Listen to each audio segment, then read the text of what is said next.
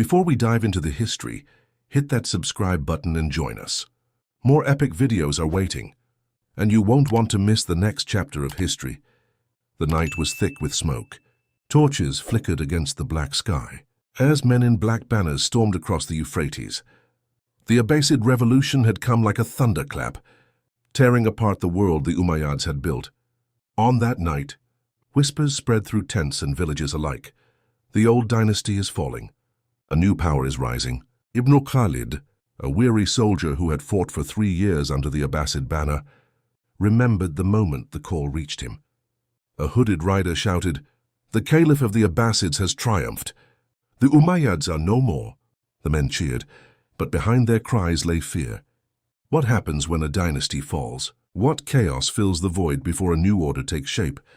The Abbasids had seized the caliphate, but their throne in Damascus felt cursed. Damascus reeked of Umayyad rule.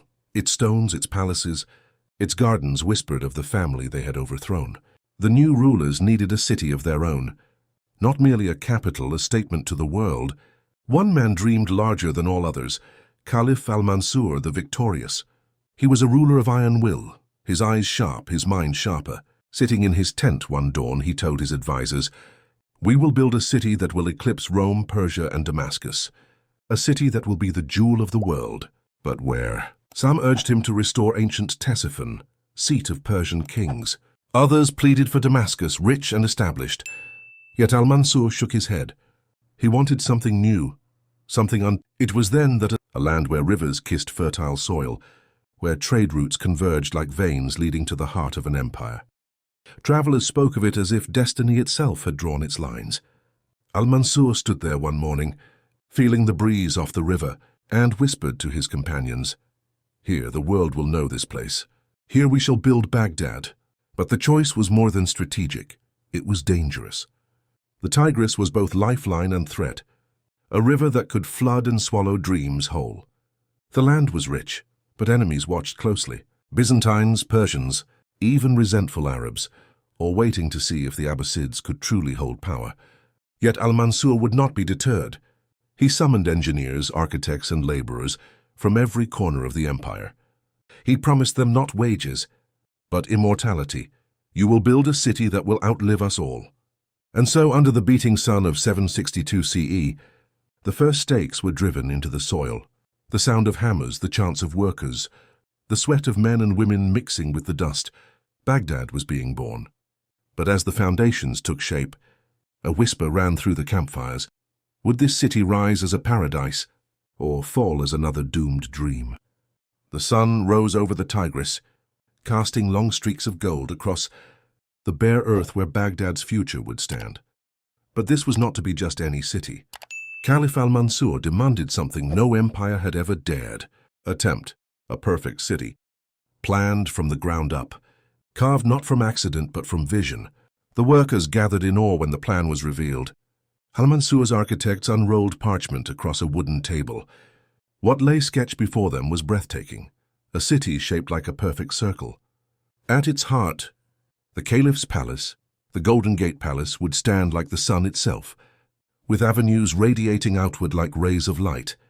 Surrounding it would be grand mosques, bustling markets, military quarters, and mighty walls, 3 concentric rings of defense that no enemy could penetrate. The workers whispered among themselves, "A circle! Who has ever seen such a city?" But to al-Mansur the circle was no accident. It was a symbol of the heavens above, of divine order, of the universe revolving around the Abbasid Caliph. Baghdad would not just be a capital, it would be the cosmic center of the world. Orders were barked. Thousands of laborers, soldiers, and slaves dug trenches where the walls would rise. From Persia came master engineers. From Syria, masons who knew the secrets of stone. From across Arabia, caravans carried timber, bricks, and grain to feed the army of builders. Day and night, the sound of chisels, saws, and hammers echoed across the riverbanks. And yet, for all its beauty, Baghdad was born in hardship. Ibn Khalid, the weary soldier who had marched in the revolution, now found himself hauling stones under the blazing sun. Sweat stung his eyes, his hands bled, but he knew he was part of something greater. He told his friend one evening, staring at the rising walls, They say Rome was not built in a day, but this city, they mean to raise it in a generation. Perhaps in our lifetimes it will be the envy of the world. Still, doubts lingered. Some feared the circle's walls would be too costly to finish.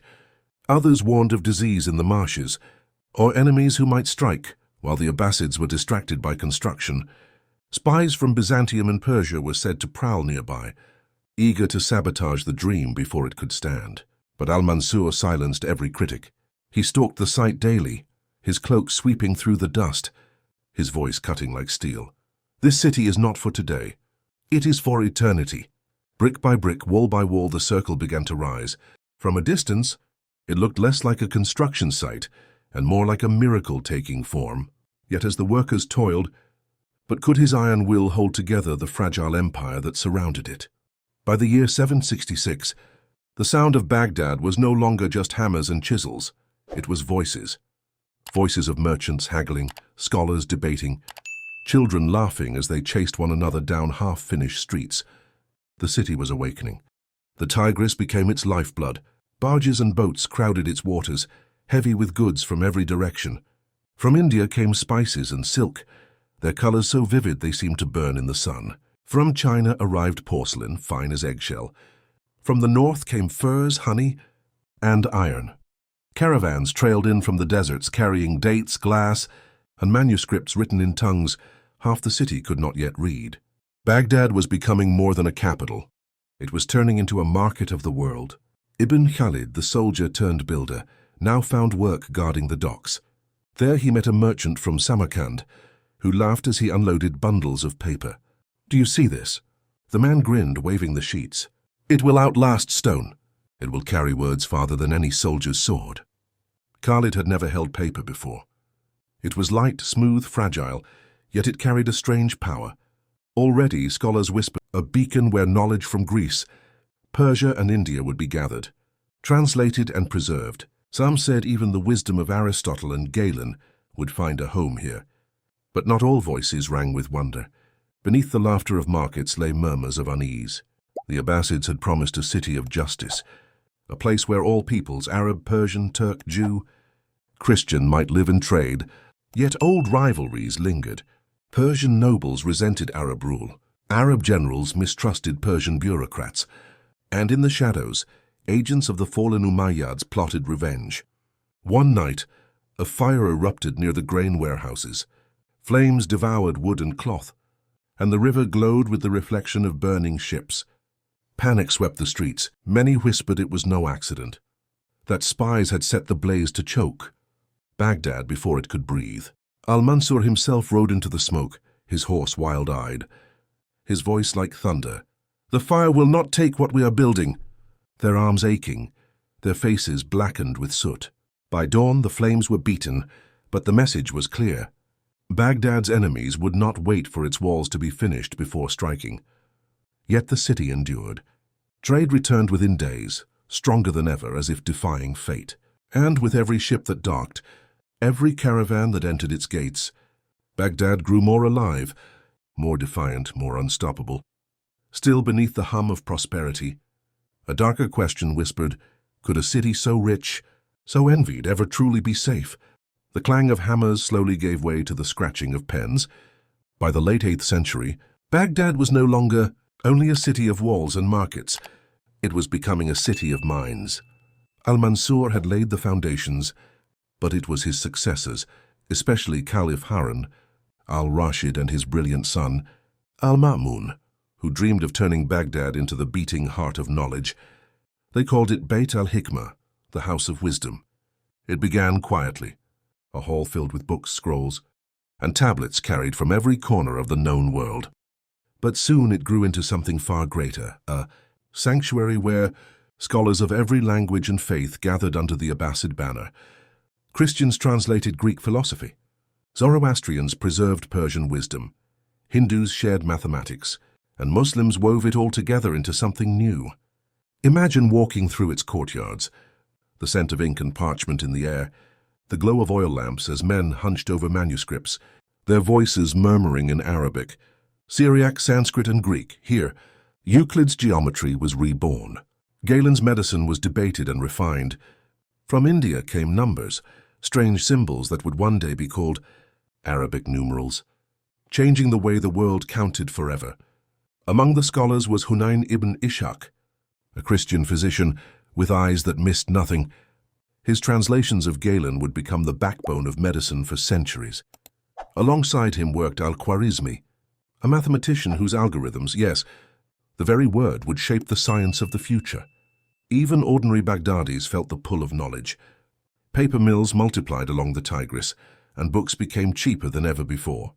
In markets, merchants sold volumes on astronomy, law and poetry beside silk and spices. Children memorized Quran in the morning and learned Greek philosophy in the evening. Knowledge was no longer hidden in palaces, it spilled into the streets. But Baghdad's brilliance carried shadows. Scholars debated fiercely, their voices sharp as blades. Some accused the caliphs of favoring foreign ideas over tradition.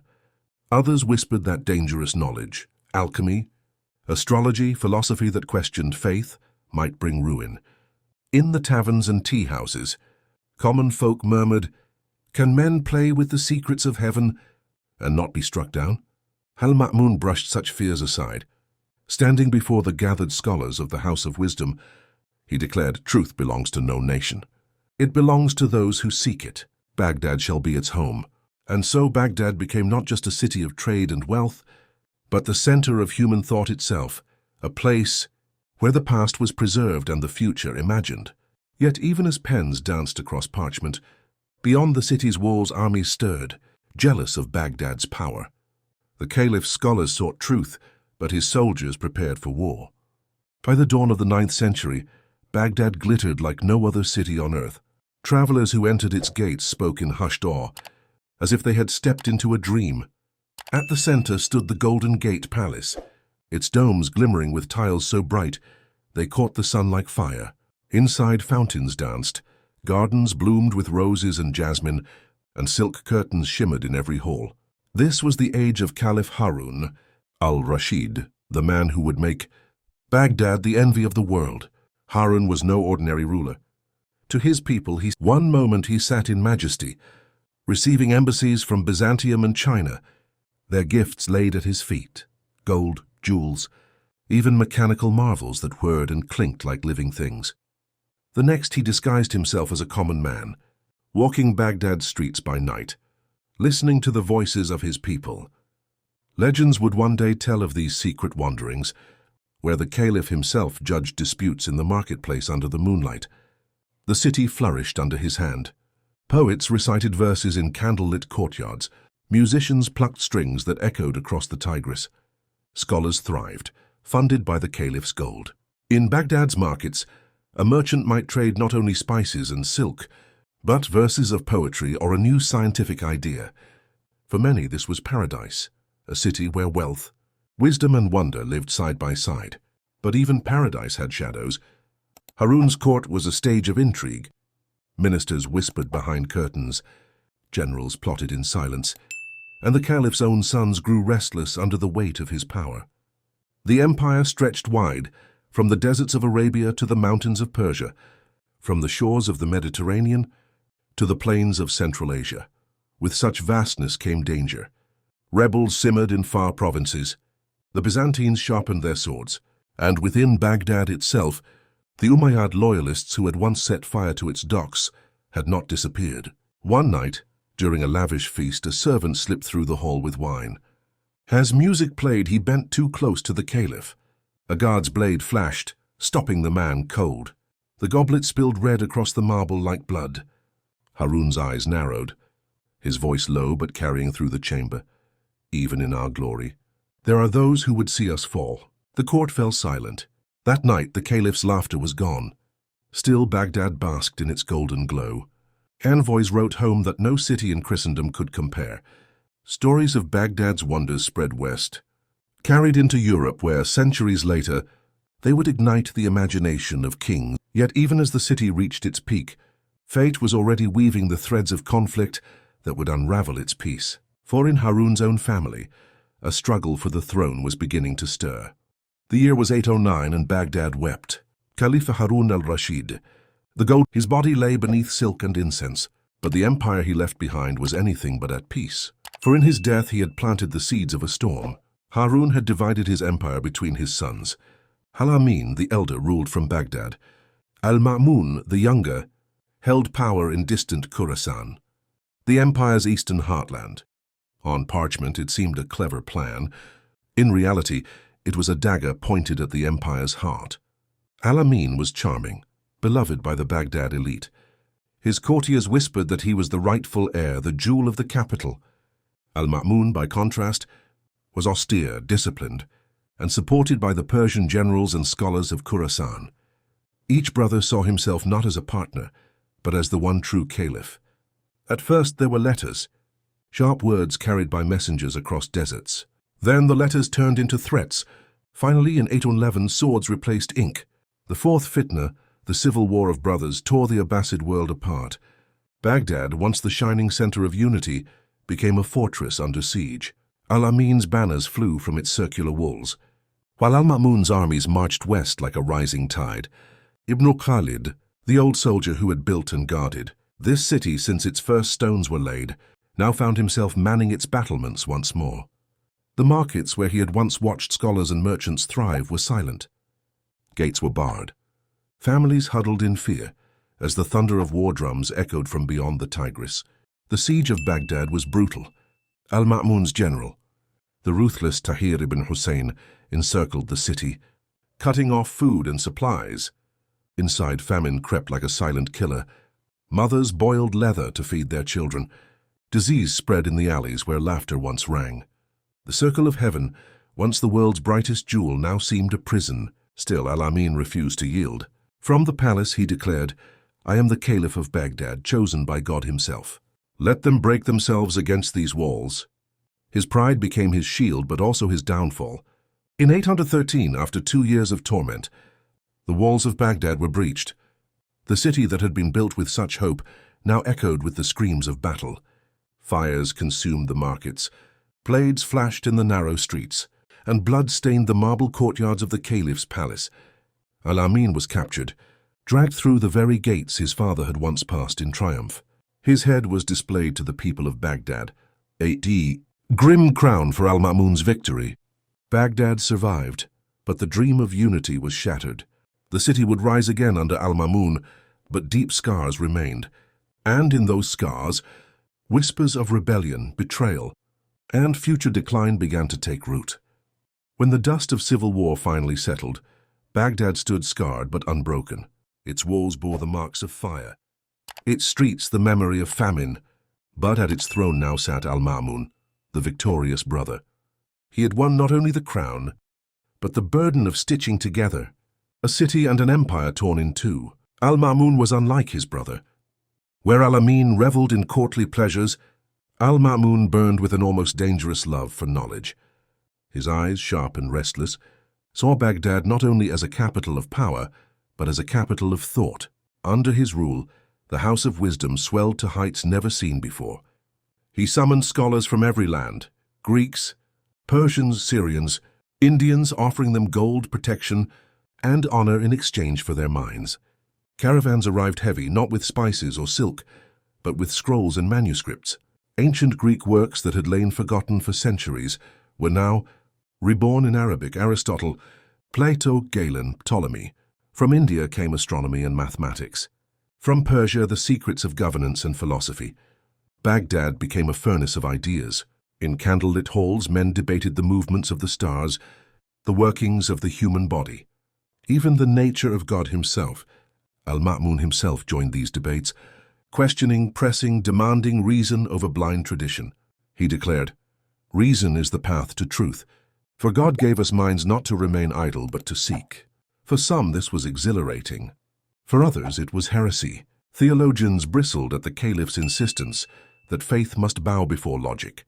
In 827, he issued a decree that shook the empire, the Mihna, an inquisition demanding scholars accept that the Quran was created, not eternal. Those who defied him were imprisoned, beaten, or exiled. The city that had once felt like a sanctuary of ideas now carried an undercurrent of fear. Ibn Khalid, now an old man, sat in the marketplace and listened as whispers spread. A poet murmured, They say the Caliph seeks to place reason above revelation. Can such a man rule the faithful? Others defended al-Ma'mun. Without him, we would still be in darkness. Would you rather Baghdad be a city of ignorance? The tension coiled like a bowstring. Baghdad's streets, once filled with laughter and learning, echoed with debates that cut deeper than swords. Yet despite the turmoil, the city's brilliance only grew. Observatories tracked the heavens, physicians advanced their craft, mathematicians built foundations for the future. Baghdad was dazzling, dangerous, alive. Under al-Ma'mun, it was a city walking a knife's edge between enlightenment and upheaval. And beyond the city's walls, new threats were stirring, forces that neither reason nor knowledge alone could stop. Baghdad glittered like a jewel, but every jewel draws thieves. By the mid-9th century, the Abbasid capital stood at the height of its splendor, its markets overflowing, its scholars reshaping the world. Yet beyond its mighty walls, enemies circled like wolves. The Byzantines to the west tested the empire's borders with fire and sword. From the mountains of Armenia came raiders, who struck like lightning and vanished into the peaks. From the deserts, restless Arab tribes rose in rebellion. And within the heart of the empire itself, governors of distant provinces began to whisper of independence, their loyalty to Baghdad as thin as parchment.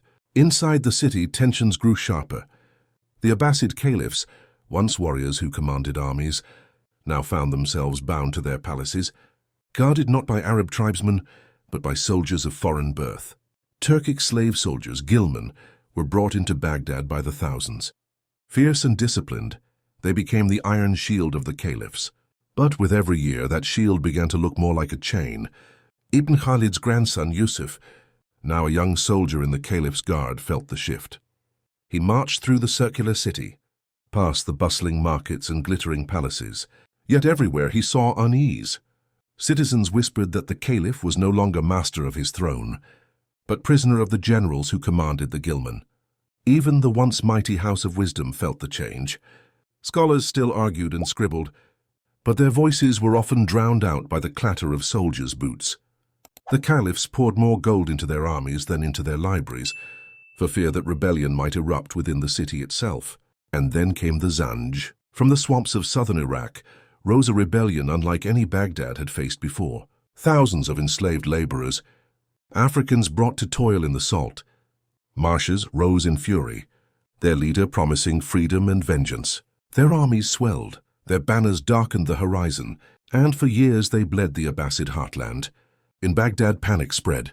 Merchants locked their shops, fearing raids. Families whispered of omens in the stars. Yusuf stood at the city walls one night, watching torches flicker in the southern distance.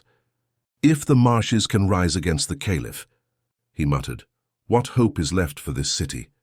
The Abbasids crushed the rebellion in fire and steel, but victory came at a terrible price. Baghdad had endured, but its strength was waning, its unity cracking. Where once it had seemed eternal, now it seemed fragile, vulnerable. Still, life in the city went on. Markets reopened, poets sang, scholars dreamed. But beneath it all, Baghdad carried the weight of shadows that only deepened as new storms gathered beyond the horizon. For the greatest threat of all was yet to come. The 10th century dawned and Baghdad still shone, but its brilliance was flickering. The city that once commanded the world now found its power slipping away, thread by thread into the hands of others. The Abbasid caliphs still sat in their golden palaces, their names recited in mosques from Spain to India. But beyond the marble walls, their authority was little more than an echo. So in the provinces, new dynasties rose, powerful governors who no longer obeyed the caliph's word. In Egypt, the Tulunids ruled as kings. In Persia, the Buyids gathered strength. Even in Baghdad itself, generals and viziers wielded more power than the caliph, whose throne they guarded. Yusuf, the soldier and grandson of old Ibn Khalid, saw the truth from within the palace gates.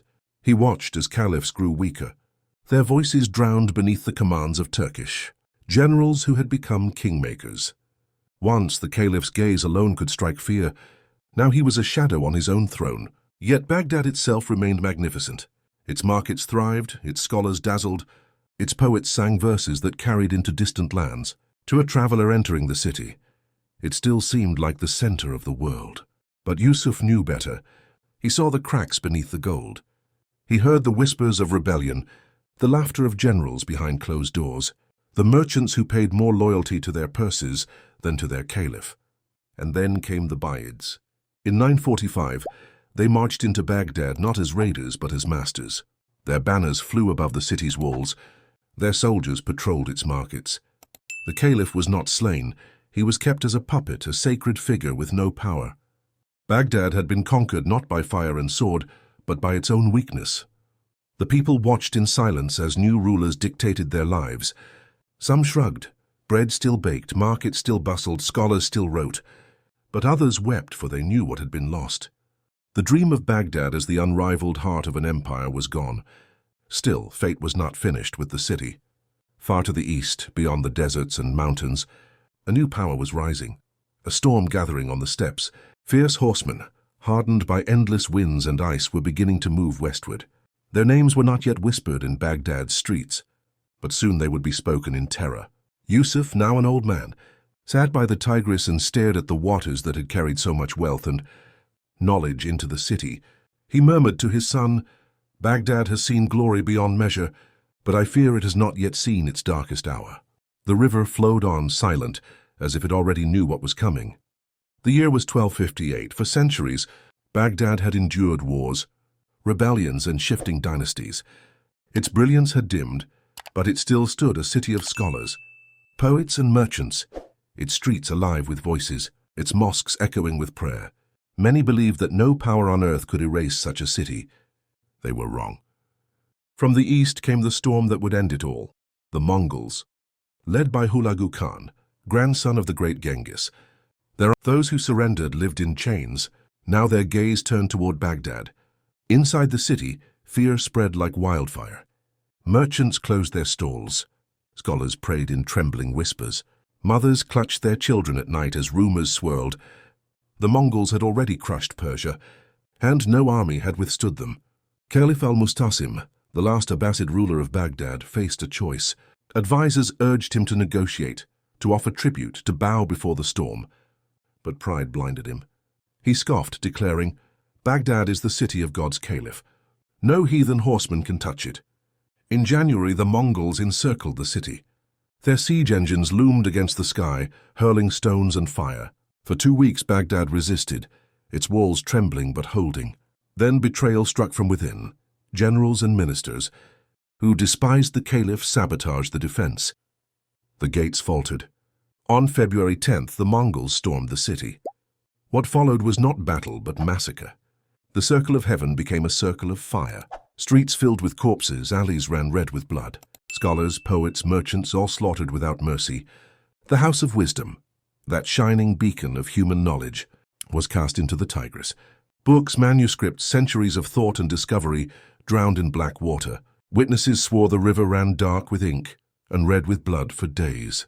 Yusuf's descendants, long tied to Baghdad's fate, were among the doomed. His great-grandson, a scribe in the House of Wisdom, tried desperately to save a manuscript of Aristotle. As Mongol soldiers stormed the halls, he vanished in the flames, his name lost like countless others.